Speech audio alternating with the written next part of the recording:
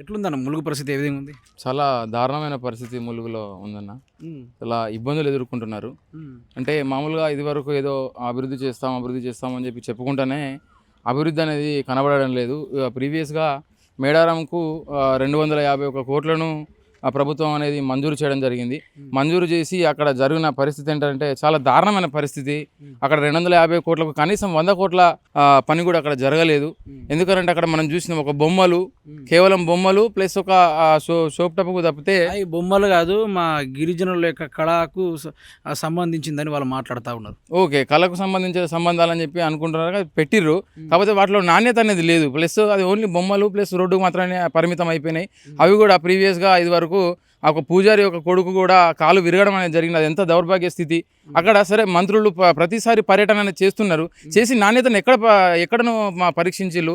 ఏఈలు వస్తున్నారు, డిఈలు వస్తున్నారు, ఎస్సీలు వస్తున్నారు, సిఈలు వస్తున్నారు. కానీ అక్కడ నాణ్యతను ఎక్కడ పరీక్షించిళ్ళు? పరీక్షించి నాణ్యత ఎందుకు లోపించింది? మరి అక్కడ ఆ యొక్క బాలునికి ఎటువంటి లబ్ధి అనేది చేకూరింది? వాళ్ళ కుటుంబానికి ఎటువంటి లబ్ధి అనేది చేకూరింది? ఆ ప్రభుత్వం అసలు ఏం చేసింది? అక్కడ ప్రభుత్వం కళ్ళు మూసుకుంటుందా? మరి ఆ ప్రభుత్వం అక్కడ 250 కోట్లు 51 కోట్లు పెట్టినప్పుడు అక్కడ జరిగిన అభివృద్ధి ఏంటి అని ప్రభుత్వాన్ని ప్రశ్నిస్తున్నా. కాబట్టి ఇట్లాంటి పనులు చేసినప్పుడు ఇదివరకు ప్రీవియస్గా కేసీఆర్ గారి గవర్నమెంట్ ఉన్నప్పుడు అభివృద్ధి అనేది తప్పకుండా జరిగింది. అక్కడ పారిశుద్ధ్యం కూడా చాలా ఇబ్బందిలో ఉన్నది. మన ములుగు పరిస్థితి అయితే చాలా దారుణంలో కూరుకుపోయిందని చెప్పి నేను మాట్లాడుతున్నా ఈ మీడియా ముందు. ఇప్పుడు ఏటునగరం ఈ గ్రామ పంచాయతీ ఎన్నికల్లో బీఆర్ఎస్ పార్టీ గెలిచింది. ఈ రిజల్ట్ చూసి సీతక్క భయపడుతుందా? తప్పకుండా భయపడుతుంది. ఎందుకంటే అది ఒక తలదించిన వ్యవస్థలాగా కనిపిస్తుంది ఏటునగరం. ఎందుకంటే ఏటునగరం ఒక 3500 మెజారిటీ అంటే నాటే జోక్. అది ఒక తెలంగాణకే ఒక చందమామ లాంటిది అన్నట్టు. ఒక తెలంగాణలో ఏటునగరం అనేది మేజర్, ములుగు జిల్లాలో మేజర్ గ్రామ పంచాయతీ అని అంటే ములుగు జిల్లాకే ఒక నడిబొడ్డు లాంటిది. అట్లాంటిది కోల్పోయిందంటే ఏటునగరం కావచ్చు, తాడవాయి కావచ్చు, కాటాపురం కావచ్చు, మెయిన్ అయితే ఏవైతే ఉన్నాయో ఆ మెయిన్ అన్నిట్లు కూడా బీఆర్ఎస్ కైవసం చేసుకోవడం జరిగింది.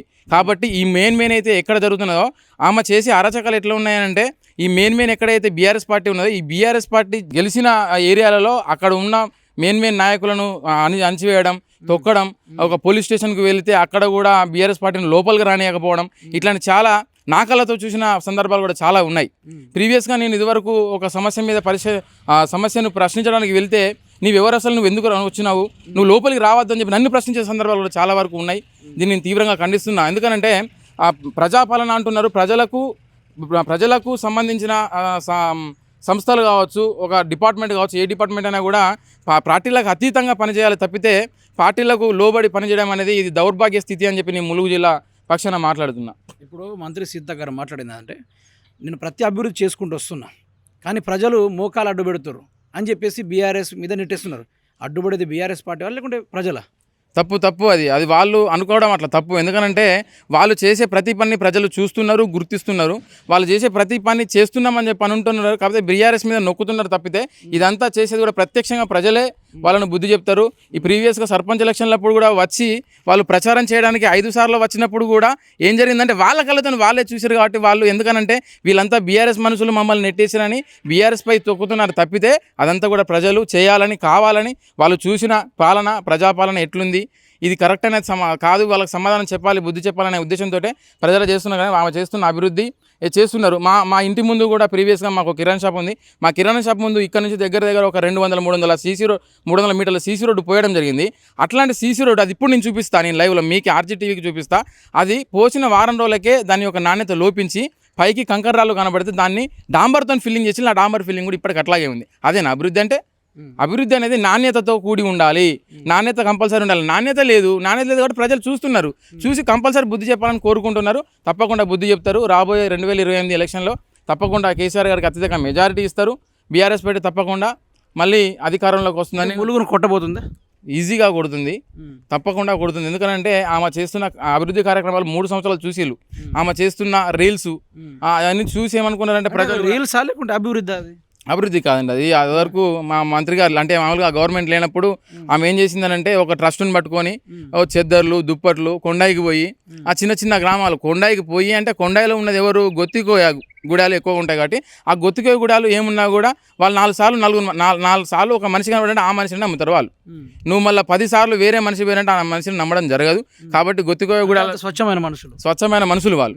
కాబట్టి వాళ్ళు 4 సార్లు సీతక్క కనబడదు కాబట్టి సీతక్క అంటే మా అక్క మా దేవత అనే మాట్లాడుకుంటారు వాళ్ళు తప్పితే వేరే వాళ్ళు మాత్రం అట్లాంటి చేయరు. ఎందుకంటే ఆమె ప్రతిసారి వాళ్ళ దగ్గరికి వెళ్తుంది తప్పితే మామూలు సామాన్య మనుషులకు ఇప్పుడు ఏటునగరం మండలం ఇట్లా ఏరియా ప్రతి వాళ్ళ ఏరియాకైనా రోడ్లు కానీ లేకుంటే బ్రిడ్జిలు కానీ లేకుంటే ఇండ్లు కానీ ఇంకా హాస్పిటల్స్ కానీ స్కూల్స్ కానీ నిర్మించారు అక్కడ ఏరియాలో. అట్లాంటి వాటి ఏం లేవు, మీరు వెళ్ళి కూడా చూడొచ్చు. ఆమె జస్ట్ వెళ్ళి ఈ ట్రస్ట్ నుంచి వచ్చిన ఈ చెద్దర్లు దుప్పట్లు పట్టుకుపోయి ఇవ్వడమే తప్పితే వాళ్ళ దగ్గర స్కూల్స్ లేవు, కరెంట్ స్తంభాలు వచ్చినాయి లేవు, వాళ్ళకు వైద్య సదుపాయాలకు సంబంధించిన వైద్యులను పంపించింది లేదు, కరెంటు కూడా లేదు. అక్కడ చూడండి మాకు 3 గొత్తికోయ గుడాలు ఉన్నాయి. మన చింతలపాడు అంటారు, గంటలకుంట అంటారు, గుర్రాలపై అంటారు. వీళ్ళ పరిస్థితి చాలా దారుణంగా ఉంది పాపం. వాళ్ళకు ఇప్పుడు నెక్స్ట్ వచ్చేది వర్షాకాలం, బూటారం చెరువు అని ఉంటుంది, వాళ్ళకు దాటలేని పరిస్థితి. వాళ్ళు అటున్నోళ్ళు అటే ఇటున్నోళ్ళు ఇటే. ఏమైనా చేయగలిగితే ఎల్సిటిపల్లి నుంచి ఒక నావల ద్వారా వాళ్ళకు పాపం ఏమైనా భోజన సౌకర్యాలను పంపించిన సందర్భాల్లో నేను స్వచ్ఛందంగా చూసిన. కానీ వాళ్ళకి అట్లాంటి మామూలుగా వే ఆఫ్ రూట్ను కూడా ఏర్పరచలేని పరిస్థితిలో ఉన్నారు. కాకపోతే వీళ్ళు వెళ్ళి వర్షాకాల చెద్దర్లు దుప్పట్లు మంచడమే తప్పితే వాళ్ళకు పర్మనెంట్ సోర్స్ అనేది ఇవ్వడం అనేది లేదు. అంటే మంత్రి అయినప్పటి నుంచి కూడా ఈరోజు అధికార పక్షంలో మంత్రిగా ఉండి కూడా నిధులు నిజంగానే తీసుకురాలేదు. ఇప్పుడు మనం వీడియో చూస్తూ ఉన్నాం, మేడం గారి యొక్క రావడం, పూలు చల్లడం, జనాలు వెల్కమ్ చెప్పడం, శిలాపలకాలపైన పూజలు చేసి వెళ్ళిపోవడం, అంటే ఇదంతా స్టంటేనా? అదంతా వాళ్ళు రూపకల్పన అన్నట్టు. అది ఒక రూపకల్పన. ఎందుకంటే వాళ్ళు వస్తున్నారు, ఒక మినిస్టర్ అయితే ఇలాగే ఉంటుందా అని అనిపించుకోకుండా అది ఒక కేవలం చూపిస్తున్నారు. ఎందుకంటే ఒక మంత్రి వచ్చినప్పుడు ఇట్లా పూలు చేద్దాం, ప్రజల ఆదరణ బాగుందిలే అని సోషల్ మీడియాకు చెప్పుకోవాలి కదా. సోషల్ మీడియా ఎందుకనంటే ఒకరు చూడరు, అది 100 మంది చూస్తారు కాబట్టి ఆ సోషల్ మీడియాకి పరిమితం కావాలి. ఇదివరకు సోషల్ మీడియాలోనే హైలైట్ అయినాం, ఇప్పుడు కూడా ఈ 5 సంవత్సరాలు సోషల్ మీడియాలోనే హైలైట్ అయినామని అనుకుంటున్నారు. కానీ అది మాత్రం సోషల్ మీడియాను ఇప్పుడు 3 సంవత్సరాలు 3 టర్ములు నమ్మినట్టు ఇప్పుడు ప్రజలు అస్సలు నమ్మరు. ఎందుకంటే ప్రజలు వాళ్ళు ఇచ్చిన హామీలు ఏవైతే నెరవేరుస్తా అని చెప్పి మాటలు ఇచ్చి నమ్మి ప్రజలను మోసం చేసి బోల్తా పడేసి గద్దెనెక్కి కూర్చున్నారో తప్పకుండా ఆ యొక్క హామీలు నెరవేరలేదు అని చెప్పి ప్రశ్నించడానికి ప్రతి ఒక్క పౌరుడు, ప్రతి ఒక్క వృద్ధుల వరకు కూడా పౌరుడు నుంచి వృద్ధుల వరకు కూడా వాళ్ళు గుర్తిస్తున్నారు. వాళ్ళకి ఏదైతే 2000 పెన్షన్ 4000 అయితే అని చెప్పి నమ్మి 2000 రూపాయలు కేసీఆర్ గారు ఇచ్చిండ్రు. ఇప్పుడు 4000 రూపాయలు అయితే నాకు కొంచెం ఆసరా అయిద్దని చెప్పి వాళ్ళ ఆసరా ఎదురు చూస్తున్న ఆ వృద్ధులు కూడా చాలా వరకు ఉన్నారు. వాళ్ళ యొక్క ఆశలను అడియాశలు చేసిండ్రు గవర్నమెంట్. కాబట్టి వాళ్ళు తప్పకుండా బుద్ధి చెప్పడానికి వాళ్ళు రెడీగా ఉన్నారు. ఇప్పుడు మీరు చూసుకోవచ్చు, మంత్రి సీత గారు 3 టర్మ్స్ గెలిచారు. అప్పటి పరిపాలన చూసుకోవచ్చు, అంటే 15 సంవత్సరాలు, ఇప్పుడు ఇంకో 3 సంవత్సరాలు యాడ్ చేసుకున్నా కూడా ఇన్ని సంవత్సరాల సీతక్క గారి పరిపాలన ప్లస్ అదేవిధంగా నిన్న కాక మొన్న గెలిచిన ఏటునగరం సర్పంచ్ గారి యొక్క పరిపాలన ఏ విధంగా ఉంది కంపారిజన్ చేసుకుంటే? చూస్తున్నాం ఇప్పుడు, ఎందుకంటే ప్రజలే చూస్తున్నారు.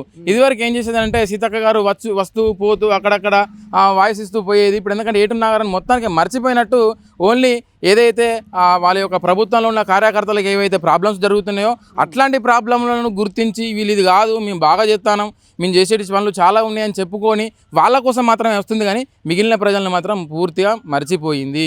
ఆమె చేసిన అభివృద్ధి ఓన్లీ ఏమున్నా కూడా నా బీఆర్ఎస్ పార్టీ గెలిచిన వాటికి నేను పోను, నేను అభివృద్ధి చేయను, నేను ఓన్లీ మా ఏదైతే కాంగ్రెస్ కార్యకర్తలు మా కాంగ్రెస్ ప్రజాప్రతినిధులు ఎక్కడైతే గెలుచుకున్నారో వాళ్ళకి మాత్రం అభివృద్ధి చేస్తా అనే తత్వంతో నడుస్తుంది. కాబట్టి తప్పకుండా ఈసారి ములుగు జిల్లాలో ఆమెకు తప్పకుండా బుద్ధి చెప్తారు. ఇది మాత్రం వాస్తవ సత్యం.